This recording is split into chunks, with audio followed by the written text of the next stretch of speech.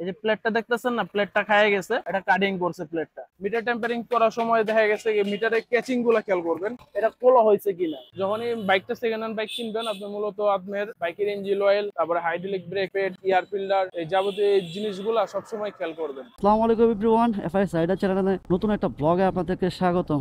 আজকে আপনাদের সাথে সেকেন্ড হ্যান্ড বাইকে দারুণ কিছু ইনফরমেশন আপনাদের সাথে শেয়ার করব। একটা সেকেন্ড হ্যান্ড বাইক কিনতে কি কি বিষয় জানতে হইব, এই সমস্ত বিষয় নিয়ে আজকে আপনাদের সাথে শেয়ার করব। সেকেন্ড হ্যান্ড বাইক কেনার সময় অনেকে অনেক জায়গা থেকে প্রতারিত হয়েছেন। যেমন ধরেন মিটার টেম্পারিং, বাইকের ক্লাচ প্লেট দুর্বল, পিস্টন দুর্বল, প্লাস বাইকের চাকার থিকনেস কম, ডিস্ক প্লেট দুর্বল। এই সমস্ত বিষয়গুলো আপনারা কিভাবে জানতে পারবেন, আজকের এই ভিডিওতে আপনাদেরকে একদম পানির মতো সহজভাবে বোঝানোর চেষ্টা করব। আজকের এই বিষয়গুলো যদি আপনারা বুঝতে পারেন, তাহলে আপনি নিজেই একটা সেকেন্ড হ্যান্ড বাইক কিনতে পারবেন। চলেন তাহলে আজকে এই বিষয়গুলো আপনাদের সাথে শেয়ার করি। আমরা জাস্ট আজকে আপনাদেরকে বোঝানোর জন্য একটা বাইক, আমরা সেকেন্ড হ্যান্ড বাইক আপনাদের সামনে রাখি। এই বাইকের কন্ডিশনটা কি আছে, এইটাই হচ্ছে হলো আশিস ভাই এখন আপনাদেরকে বোঝানোর চেষ্টা করতে। ভাই আপনার পরিচয়টা দিন।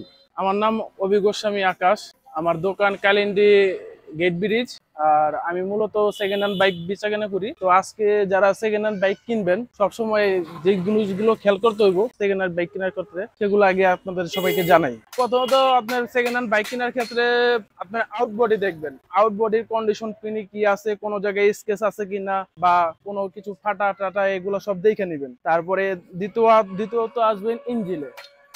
অনেক সময় দেখা যায় আপনার ইঞ্জিনের হেড সিলিন্ডার খোলা হয়, ক্লাচ কভার, ম্যাগনেট কভার, এগুলা খোলা হয়। 3 নম্বর জিনিসটা হবে আপনার হলো টায়ার এবং ডিস্ক প্লেট। ডিস্ক প্লেট চেনার উপায় কি?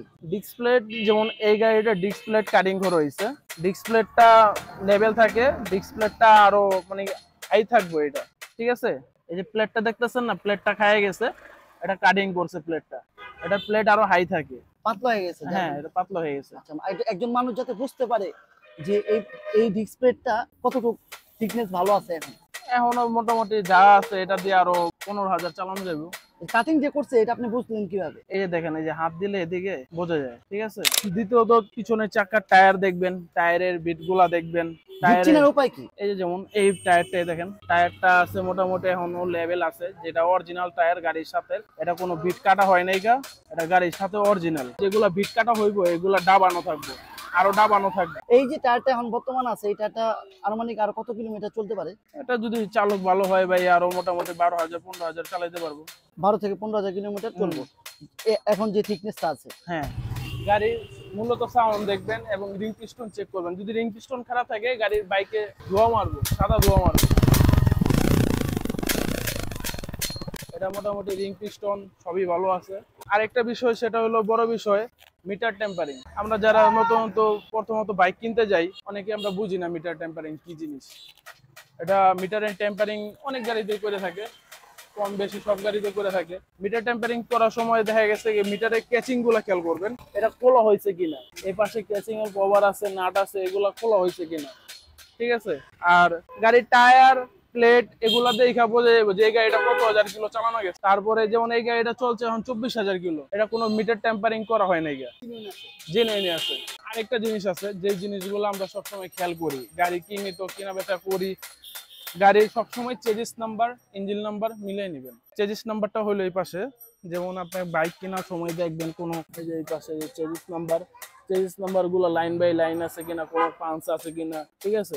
এই জিনিসগুলো খেয়াল করবেন, ইঞ্জিনের চেজিস নাম্বার বা কোনো জায়গায় এছাড়াও গেল ওইটা গেল, তারপরে ইঞ্জিনে কোনো জায়গায় অয়েল টাওয়েল লিক করতেছে কিনা, আরো জিনিস আছে, এগুলো সবসময় খেয়াল করে তারপরে বাইক কিনতে হইব। ইঞ্জিনের ক্লাচ প্লেট দুর্বল, এটা কিভাবে বুঝবো? যখন ইঞ্জিনের ক্লাচ প্লেট দুর্বল বুঝবেন, এটা বাইক রাইড করার সময় আপনার মূলত ক্লাচ প্লেট দুর্বল বুঝতে পারেন আপনার, কারণ এই ব্যবস্থা ফিটিং অবস্থায় কেউ চালানো অবস্থায় কেউ বলতে পারবো না যে ক্লাচ প্লেট দুর্বল বা আউট কোনো সমস্যা আছে কিনা। আচ্ছা, এটা বোঝার উপায় কি? যখন নাকি বাইকটা রাইড করবেন, আপনি যখন বাইকটা রাইড করবেন, মূলত যখন বাইকটা রাইড করবেন 3 নম্বর গিয়ারে, 2 নম্বর গিয়ারে, যখন যদি ক্লাচ প্লেট দুর্বল থাকে তাহলে ঝাটকা মারবো, পিকআপের সাথে ক্লাচ প্লেটের সাথে অ্যাডজাস্ট হইব না।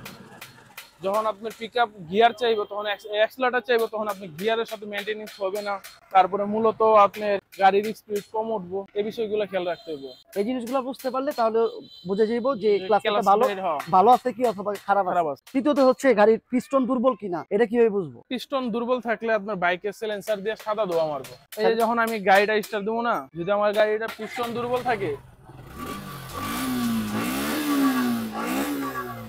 সাদা ধোয়া মারবো, আর যদি তেলে কোনো বা কার্বোরেটরে কোনো সমস্যা থাকে তাহলে কালো ধোয়া মারবো। এটা মোটামুটি কন্ডিশন ভালো আছে বাইকের, এটা কোনো সাদা ধোয়া কালো ধোয়া মারে না। এই বাইকের কন্ডিশন।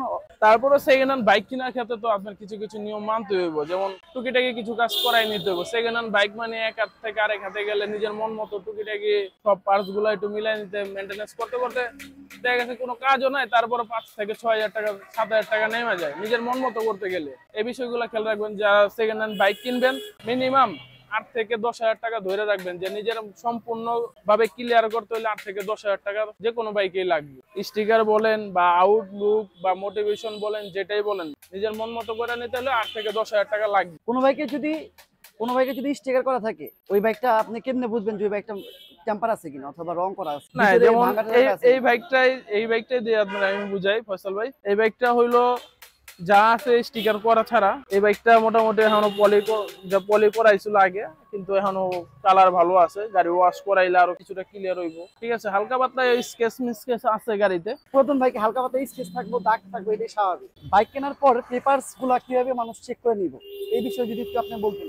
বাইক কেনার ক্ষেত্রে আপনারা যখন পেপারস গুলা চেক করবেন, পেপারের সাথে ইঞ্জিনের চেজিস নাম্বার, তারপর ইঞ্জিন নাম্বার, এই দুটো আগে মিলাই নেবেন। তারপর ফার্স্ট মালিক, যদি ফার্স্ট মালিক হয়ে থাকে ফার্স্ট মালিকের স্মার্ট কার্ড বা টেস্ট টোকেন এগুলা তার নামে আছে কিনা, তার ভোটার আইডি কার্ডের সাথে অ্যাডজাস্ট আছে কিনা, এগুলা চেক করে নেবেন। যা আগে কোনো মামলা খায়া থাকে তার মামলার কোনো স্লিপ, এগুলো সব যাচাই বাছাই করে নিতে হইব। কারণ এখন বর্তমানে অনেকে হেমলেট ছাড়া বাইক রাইড করে বা অনেক কিছুর কারণে মামলা টামলা খায় রং সাইডে। এই মামলা টামলা খাওয়ার কারণে মনে করেন কাগজপত্র বিআরটিতে থাকে, করে থাকে, এগুলো উঠায় না, কেউ চেক করে না। এই যে পিছনের ইন্ডিকেটর এগুলা ভালো আছে কিনা, মাঠঘাট এগুলা আসে বিষয়, তারপরে পিছনের ব্রেক, হাইড্রোলিক ব্রেক প্যাড, তারপরে ইঞ্জিন অয়েলটা। যারা সেকেন্ড হ্যান্ড বাইক কিনবেন, কেনার পরে প্রথমত মূলত আপনি ইঞ্জিন অয়েলটা চেঞ্জ করে নেবেন, কারণ এই বাইকটা অনেকদিনের কাছে থাকে। তারা ঠিক মতো কিভাবে মেনটেনেন্স করছে এটা শুধু আর আপনি বলতে পারবেন না। সেকেন্ড হ্যান্ড বাইক কিনবেন, আপনি মূলত আপনার বাইকের ইঞ্জিন অয়েল, তারপরে hydraulic brake pad, air filter, এই যাবতীয় এই জিনিসগুলা সবসময় খেয়াল করবেন।